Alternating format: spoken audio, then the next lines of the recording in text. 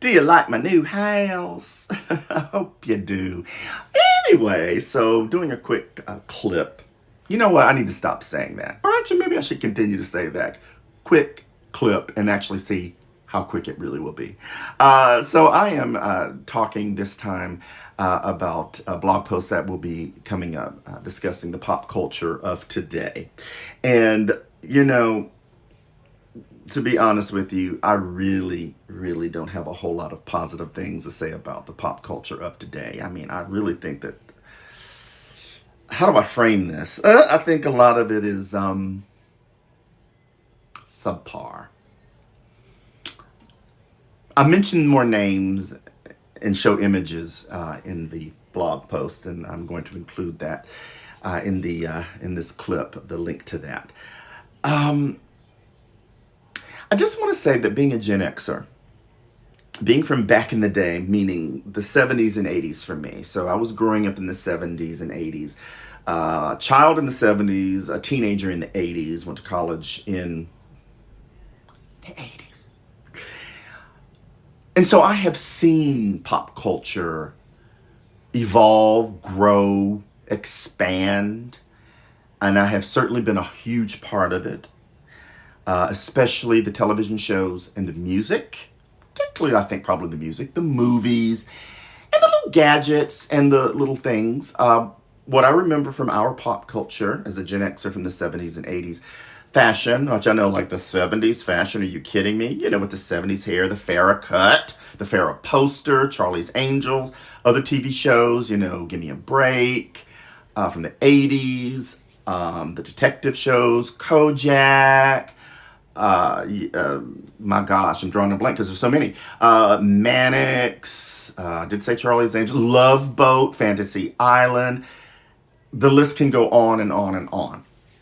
But I don't know. It just seems like we've lost something in terms of our pop culture. And as I discuss in this particular blog post, it just seems to me that it is no longer fun and engaging, at least not to some people. And I know some of you probably want to say, maybe it's your age, Derek. No, I have good taste. I mean, back in my day, it was all about skateboards and lemon twists. Oh my God, you remember the lemon twist? Oh my God. And hula hoops and the Rubik's Cube, you know, and Me TV? That's more now. I'm sorry. MTV. Ha! MTV. You know, that's incredible. Back to the TV shows, movies, The Breakfast Club, right? Facts of Life, you know. But now what do we have? We have Bad Bunny, as I'll call him, Bad Bunny Rabbit. And that's another thing, the big controversy about this Bad Bunny person performing at the Super Bowl, I guess in February or January, whatever it is, of 2026, whatever. But again, we have like Rubik's Cube. But now, from what I understand, there's this thong with pubic hair that Kim Kardashian has created. A thong with pubic hair. I want to make sure I got this correct. We've gone from fascinating, interesting things like the Rubik's Cube, and I know there are others. You know, positive cell phone, that's of today, right? Comparing, right? To a thong, and the internet, I still think that's a positive thing. To a thong with pubic hair. I guess this is for people who don't have pubic hair. Anyway, and I know we have a lot of big icons today, like your Beyoncé's, your Taylor Swift's, and a lot of people love them. I don't understand why. For me, it was Boy George, Annie Lennox, Hall and Oates, Sade, Patti LaBelle, Aretha Franklin, Whitney, Pet Shop Boys. And they were very eclectic and different. Now, though, everybody sounds the same musically. I'm sorry. Actually, I'm not sorry. But there are some positive things I do like about pop culture of today. Like I do actually mention in the blog post. Like I love YouTube. Y'all, I love YouTube, obviously, because this is going to be going on YouTube. I love YouTube. You can find anything you want to on YouTube. And yes, stuff from way back in the day. Like we're talking like the 1920s, basically. And I think even a little bit before. Old soap operas, old movies, TV shows, and yes, some with full episodes. So to me, that's a positive of today. And I know it's sort of like, well, Derek, you shouldn't compare. And I'm trying very hard to be nice in what I say. I don't think I'm as nice in the blog post, to be honest with you. It's just that I really think that pop culture of today is just, it's not as fun and as engaging anymore. And I think there's a little thing I say in there. It's almost as if the rich people, I'm just gonna say it. The stupid rich people come up with stupid things to appeal to stupid people, so the stupid rich people can get even stupidly richer, or something like that, which is actually very smart of them. And you can try to drag me on here from what I just said. I'll say it again. I don't care because it's the truth. It's like we cater to stupidity today, and one could argue, well, didn't they do that back then? You know,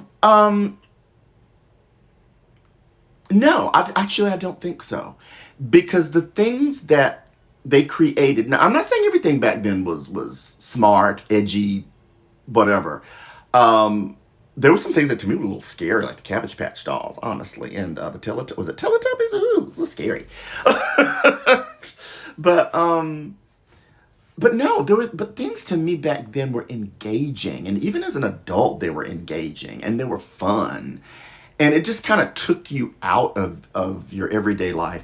It's almost as if today's pop culture, not only is it subpar and not even fun or even entertaining or engaging, it's people take it way too seriously. And one could say maybe I'm taking it way too seriously, but they take it way too seriously. It's like back in the day, if you dared to criticize, let's say, a musical artist, people go like, "Really? You don't like them?" And just let it go. Today, you criticize a musical artist, they want to kill you. They want to beat you up. They want to curse you out. What do you mean you don't like Taylor Swift? Using her as an example. Sorry, Taylor. And I'm just like, I'm sorry, but when did the freedom of speech go away? Oh, wait, which era are we talking about now? And that scares me, actually. It's like you can't criticize anything anymore because now criticism is being a hater. I'm gonna go ahead and say this too. Stupid words invented by stupid young people who don't have anything better to do with their time. Last time I checked, I can criticize whatever I want, and it does not make me a hater. If I don't like it, I don't like it. Okay? Are you trying to tell me you like everything that you come in contact with? And I can understand if you don't want to use the word hate, because there are those people too. But then you say, you know what? It's just not for me. And that's fine. And I say that a lot. You know what? So-and-so's music's just not for me. But I applaud them for their effort. You know? Anyway, so I don't know how much I've been ranting and raving on this topic, but I tried to make it as quick as I possibly could. Anyway, so I hope to see you on the next vlog clip. I have no idea what that's going to be. So stay tuned. Bye.